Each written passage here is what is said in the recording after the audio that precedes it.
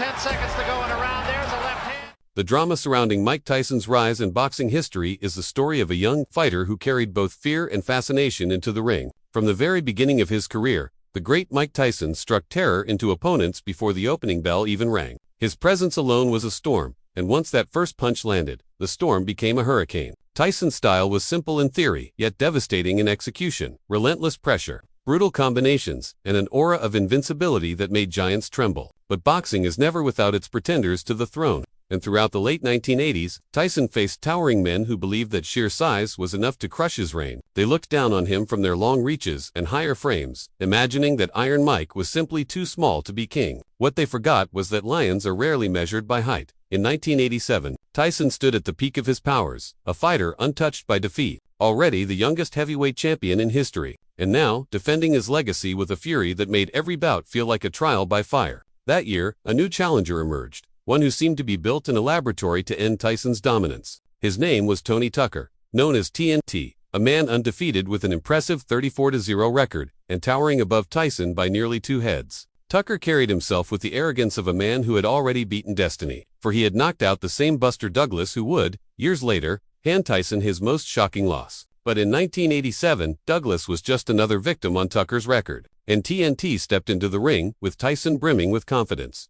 The opening bell rang, and the crowd felt the electricity in the air. Tyson exploded forward like a predator off the leash, swinging his iron hammers with ferocity. The uppercuts were monstrous, the hooks brutal, and it seemed as though Tucker would crumble quickly under the onslaught. But Tucker was no ordinary giant. His skill set was sharper than most expected, his jab accurate, and his footwork surprisingly agile for a man of his size. He stood tall against Tyson's fury, firing back with counters that caught the champion clean. Round after round, Tucker used every inch of his reach to keep Tyson at bay. At one point, he mocked Tyson, lowering his guard and taunting him as though the young champion were nothing but a child swinging wildly in the dark. The arrogance of the gesture sent a jolt through the arena. The crowd gasped. Tyson's face tightened with fury.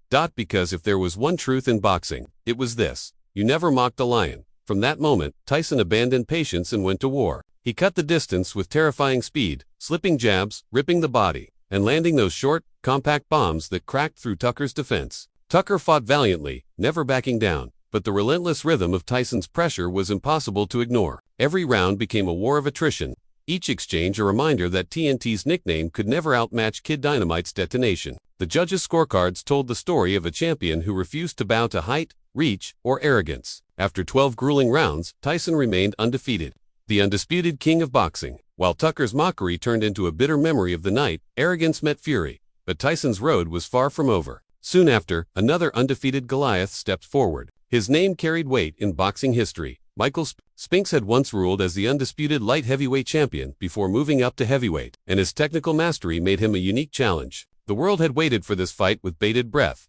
hyping it as one of the greatest showdowns of the era. Even Muhammad Ali himself came ringside, eager to witness history. Fans imagined a war between two giants of the sport, a clash of wills that would stretch into late rounds with drama and violence. But Tyson had other plans. The bell rang, and within seconds, Tyson charged like a mad bull. His head movement was tight, his hooks came like whips, and his overhand rights crashed against Spinks with alarming speed. The so-called Battle of Monsters lasted barely long enough for fans to take their seats. Tyson's punches landed with destructive accuracy, a left to the body, an uppercut to the chin, and a crushing right hand that sent Michael Spinks flat onto the canvas. The crowd erupted in disbelief. The count barely reached 10 before it was clear Spinks was not getting up. In under 2 minutes, the fight was over. Spinks's undefeated record was shattered, and the man himself never returned to professional boxing again. Tyson hadn't just won. He had ended a career in the most brutal fashion possible, proving once more that against him, size and pedigree meant nothing. Still, the giants kept coming. Next in line was Mike Jamison, a fighter who stood tall like a skyscraper and believed his size would make Tyson fold. Jamison carried himself with bravado, convinced that Tyson's reign could not withstand the reach of a larger man. The fight began, and from the start, Tyson's bodywork became the central theme. He ripped Jamison's ribs with left hooks, pounding his midsection until the bigger man bent forward in pain. Jamison, to his credit, refused to bow. He fought back with heavy rights, catching Tyson occasionally, and for a brief moment the crowd wondered if maybe, just maybe, the young champion had found his match.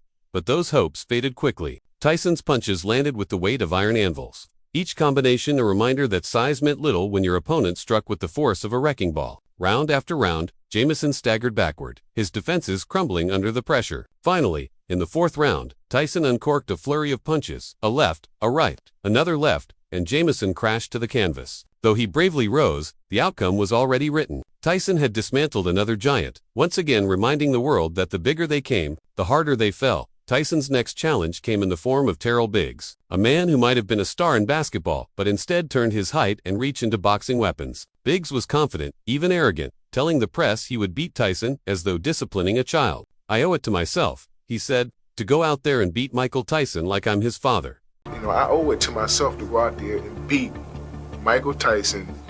Those words would become the prelude to his downfall.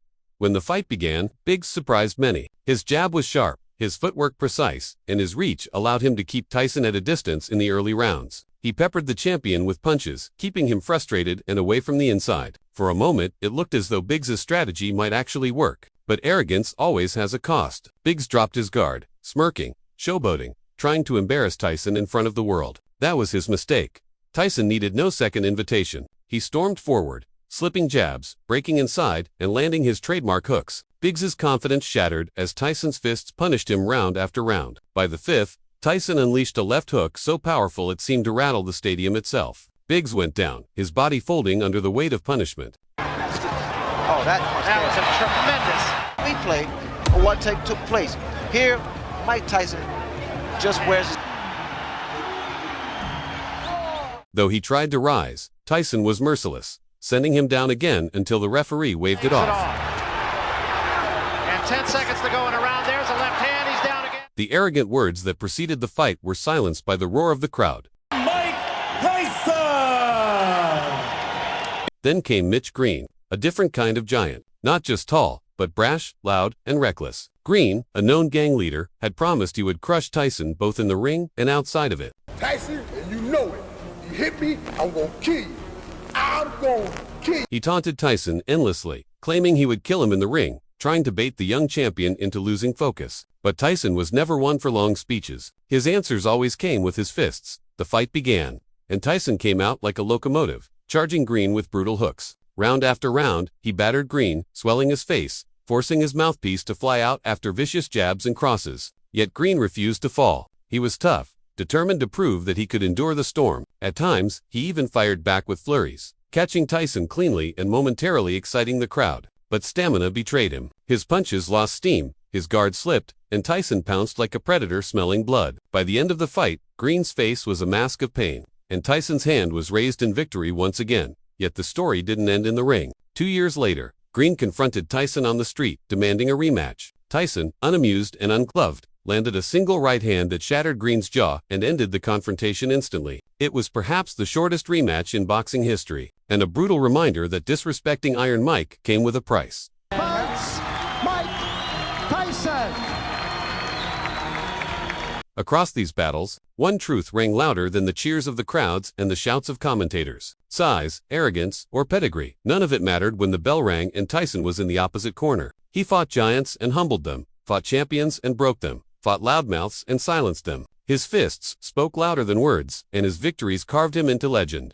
Mike Tyson was not just a champion. He was a storm that no giant could weather, a lion who refused to bow to any pretender. Against him, arrogance crumbled, and every cocky challenger learned the same lesson. God has healed me. He has brought me out. He has brought me over, and I look forward to my future. The king of boxing bows to no one.